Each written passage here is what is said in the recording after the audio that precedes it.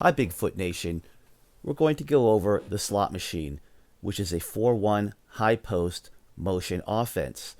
Study this video carefully because this will be a basic motion offense that we will run starting with the first game of the season. The slots are the two regions to the right and left of the central axis of the court, starting at the 3-point line and extending back to the half-court line. When we set the offense, we want to make sure that we set it big. That means at least 3 feet behind the 3-point line, making it easier for us to find passes, make drives, and giving the defense a larger space that they have to cover. These are the wings, and these are the corners. When you hear the call, 41, that means we are in a 4-out, 1-in set. 41 high is a 4-1 high post. In the 41 high, 2 players will occupy the right and left slot positions, 2 at the right and left wing positions, and 1 player will roam the inside, moving from a low post to a high post to top of the key. In the 41 high, we usually don't set up in the corners unless someone sees an opportunity to drift in for a catch and shoot. The reason is that if we just start passing into the corners, it is an easy place to get trapped, and there are very few options to cut and drive. Therefore, you can move to the corner, but you have to be careful about it. It's better to stay out on the wings. To get open on the perimeter, we bump in and out with a small push to the defender's hip. If the defender tries to jump the passing lane, you have to be ready to make a backdoor cut.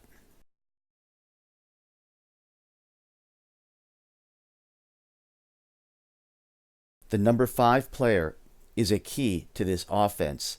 The 5 has to move stealthily between the low post, high post, and top of the key, looking to set a high slot pick either on the right or left side of the defender, thus releasing the offense.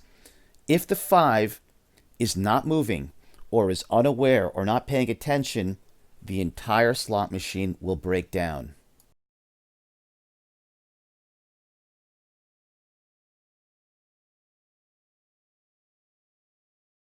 Here are the slot machine movement guidelines. For the perimeter players to get open, bump in and out, and if the defense cheats the passing lane, look for a backdoor cut. On a slot-to-slot pass, the passer will exchange places with the wing player. On a pass from the slot to the wing, the passer runs a basket cut, then fills to the opposite side of the court with the other players rotating around. If the ball gets into the paint, the wings should drift into space and look for a catch and shoot. This is an opportunity to drift into the corner. The number 5 will move stealthily from low post to high post, looking to set the killer pick either to the right or left of the ball handlers. Other important reminders: the perimeter players need to manage the tempo. You cannot play too quickly because if you do, there will not be time for exchanges and picks or time for the 5 to slide up. Be a little patient. Once you have the defense out of place, then you can move quickly. Stay out of the corner unless there is a catch and shoot. And the number 5 player should always be awake and alert and looking to cause destruction with a pick. Here is a slot-to-slot pass with the slot passer exchanging with the wing. Another slot-to-slot pass and exchange. This time the 5 creeps up to set a pick. And now a slot-to-wing pass with the basket cut. See the cutter going to the opposite side with the other players rotating around the perimeter. Finally, the high slot pick releases a perimeter player for a scoring opportunity. This simple play works surprisingly well at the highest levels of basketball, including being the central play for the national championship Villanova Wildcats. In the following video montage, we're going to see how the slot machine works in live action. It is a long video with a lot of clips. I encourage you to watch it once, watch it a second time, watch portions of it.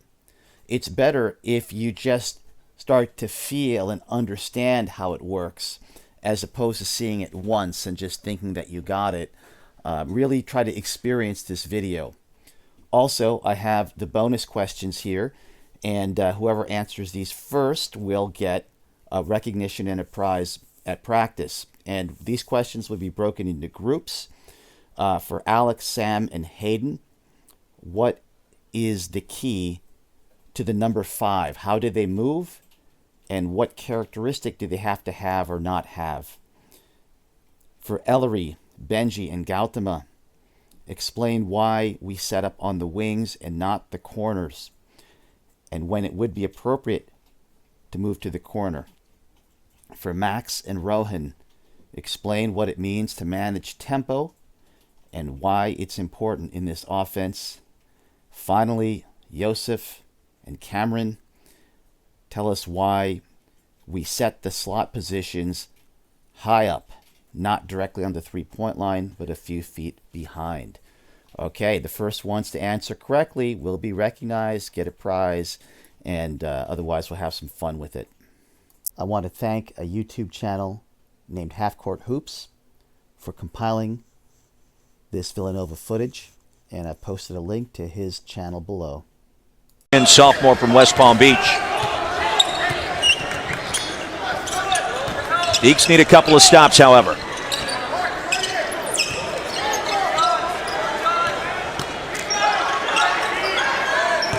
Brunson, a nice move. Oh! Because any catch and shoot, he doesn't need much room or much time to get it off.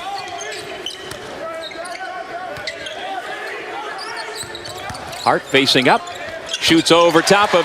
Part of his improvement is that he gets up and down the floor much more fluidly than he did in high school and even last season. Hart finds the opening in the defense floor. But UCF has done an excellent job on the defensive end. They've held Villanova to 15 for 40, 37% from the field for the game. Hart over fall. Third.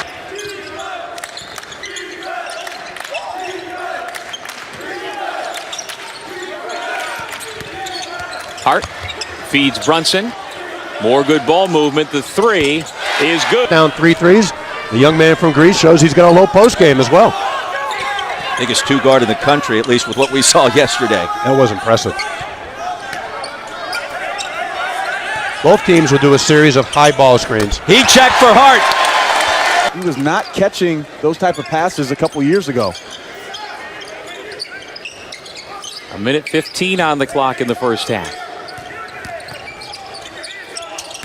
DiVincenzo up and over top of the big man for two more. Isaiah. 46-33. So far, Seton Hall running a clinic. Hart. Especially in your senior year. That was their second game in the NCAA tournament last year, and they fell behind, tried to come back, did come back. Actually had a three-point shot that would have given them the lead inside a minute to go.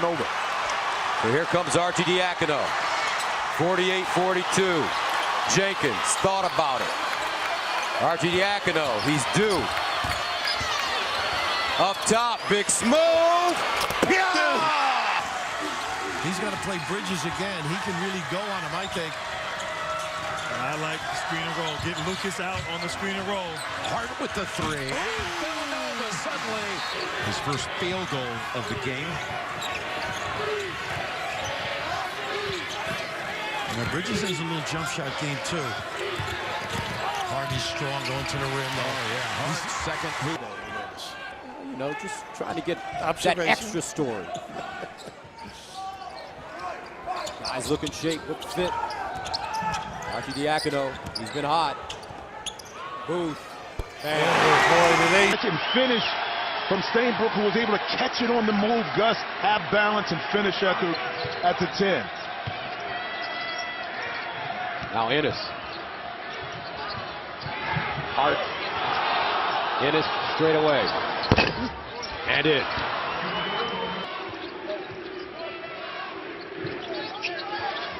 Javon Pinkston back in, guarded by Stainbrook. Pinkston comes out the screen. Booth hits the corner hard. Counted in the foul. Arcidiacono. Let's see if he'll give it up and go to the off position. Yes, he does. Hilliard.